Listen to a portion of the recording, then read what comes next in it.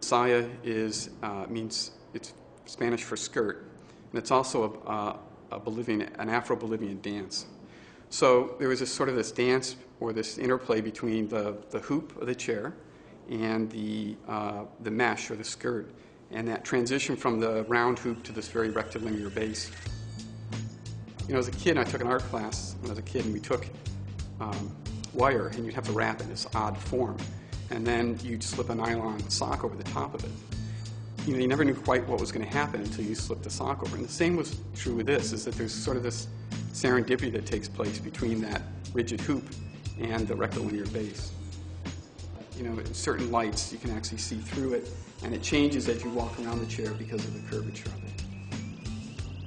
The knitting process in the office, in more ergonomic office seating, and it's been used for that for quite a few years now. And we decided to get moving into more of a sculptural or a side chair and use it less as, it still has aeration and all the benefits of the ergonomics, but it also has this, we really start to explore what the sculptural aspects of that is. The idea behind the painting was to remove it again from that traditional barrel back chair and bring it more into a contemporary state.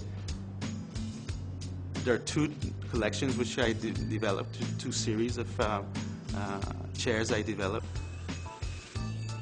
One is called the Deft, and that's related to a sculptural structure which a seat is added to.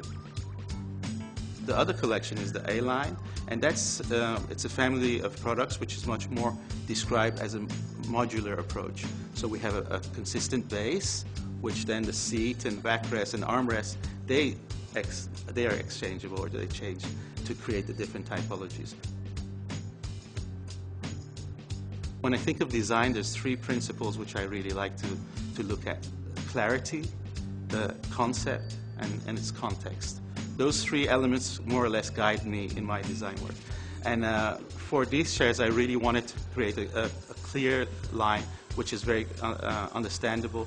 They're stripped down bare to the essence where people can understand it. For Deft, it's very graphic. It's almost the iconic silhouette of a chair. For A-line, it's much about something which embraces you, which creates comfort for you. I'll be happy if somebody walks by and looks at the chair and has a little smile just because of the way it looks, and then sits on the chair and has another smile because of the way it feels.